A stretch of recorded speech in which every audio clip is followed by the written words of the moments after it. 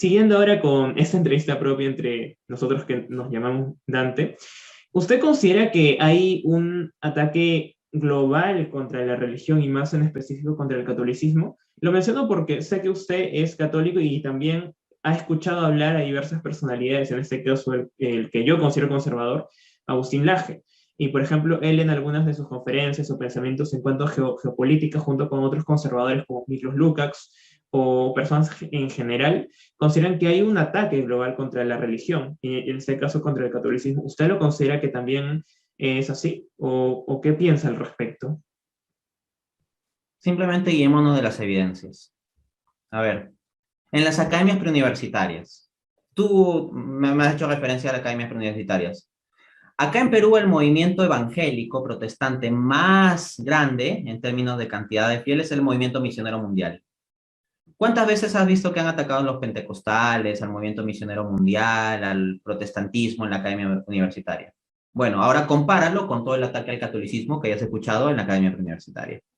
Luego, en el contexto de la universidad, ¿quién no se ha topado con un profesor que ataque a la Iglesia Católica?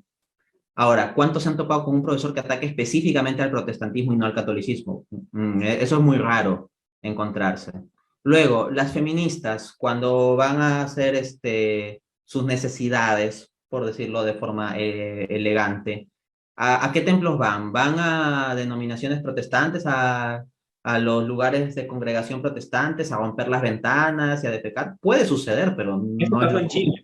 Eso pasó en Chile con las protestas del 2019. Me acuerdo claramente que quemaron iglesias, por poner un ejemplo, ¿no? Aquí en Latinoamérica. Sí, o sea, no es solo el asunto de defecar, ¿no? Ha habido casos de violencia física contra sacerdotes, ha habido casos de, pues, estas cosas como que van a defecar, a pintar las paredes, etcétera. ¿Por qué en concreto es en la Iglesia Católica, ¿no? Esto es curioso.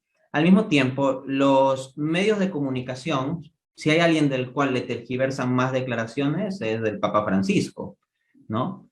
El Papa Francisco ya de por sí no es muy preciso en su lenguaje teológico, así que ya con eso no ayuda mucho. Pero encima que no suele ser tan preciso como si lo era, por ejemplo, Max Ratzinger, que era un teólogo sistemático, o Juan Pablo II, que era muy filósofo, pero ya Francisco, digo, no es tan preciso y los medios de comunicación, pues, ya lo elevan esto a la potencia enésima, ¿no? Entonces, Francisco a veces puede decir una frase inocente, pero que se puede interpretar en un mal sentido, pero ya los medios de comunicación automáticamente interpretan como el mal sentido, o a la interpretación del mal sentido lo ponen como si fueran sus palabras textuales y comienzan a ponerlo en los titulares y ¡pum!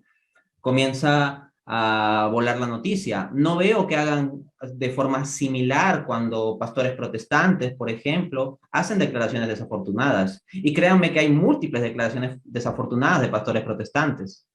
Luego, hay cosas que entre los miembros de la jerarquía pasan y que están muy mal y que son horribles, pero al mismo tiempo yo veo una asimetría.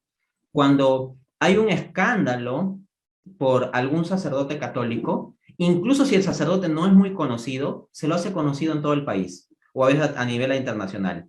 Pero en cambio, si hay un escándalo con un pastor protestante, porque créanme que hay escándalos ahí también y hay estadísticas y son perfectamente comparables con los casos católicos y uno puede analizar las proporciones, no voy a entrar a detalle a eso, pero simplemente apuntar que las ocasiones en las cuales se hace conocido un escándalo de un pastor protestante es cuando el pastor protestante ya es conocido. En cambio, a un sacerdote que no es conocido y sucede un escándalo, a ese se lo hace conocer a todo el mundo en función del escándalo.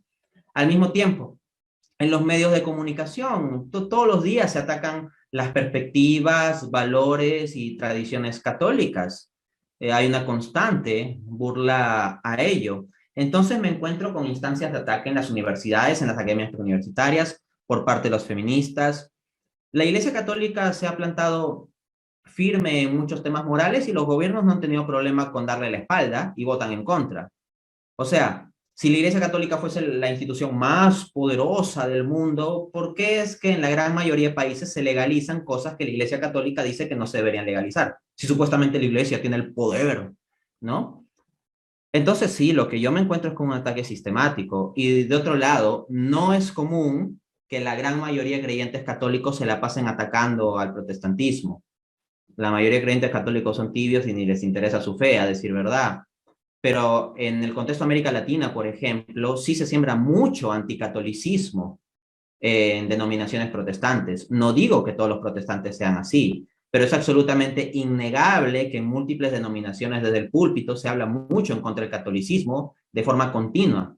En cambio, yo me he encontrado rarísimas veces que en una homilía de un sacerdote en misa se habla en contra del protestantismo. Entonces yo creo que las evidencias son claras sobre este punto.